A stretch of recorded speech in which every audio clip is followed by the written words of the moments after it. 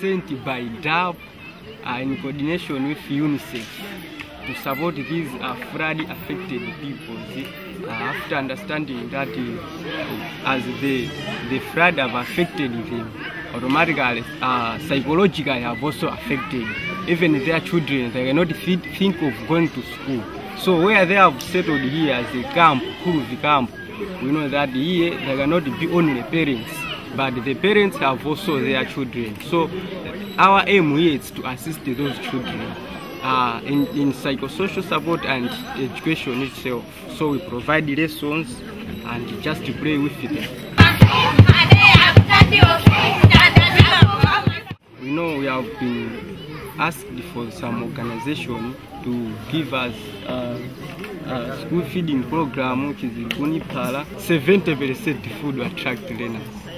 Because at first, when there is no feeding program, learners will come in few number, but now they are coming in large number.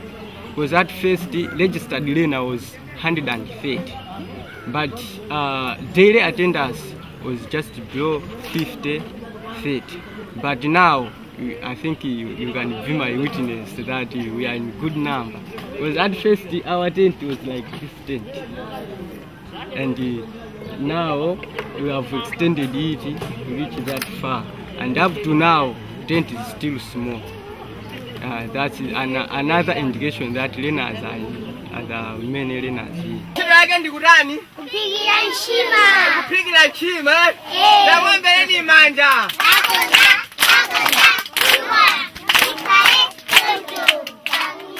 As the learners, you know, you cannot talk the serious with learners.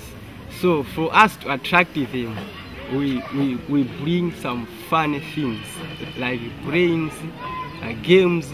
So after at behind of the games, it's when we bring some learning concepts. After playing seesaw, then we insert some learning concepts. That is normally having at home or what is having here at camp.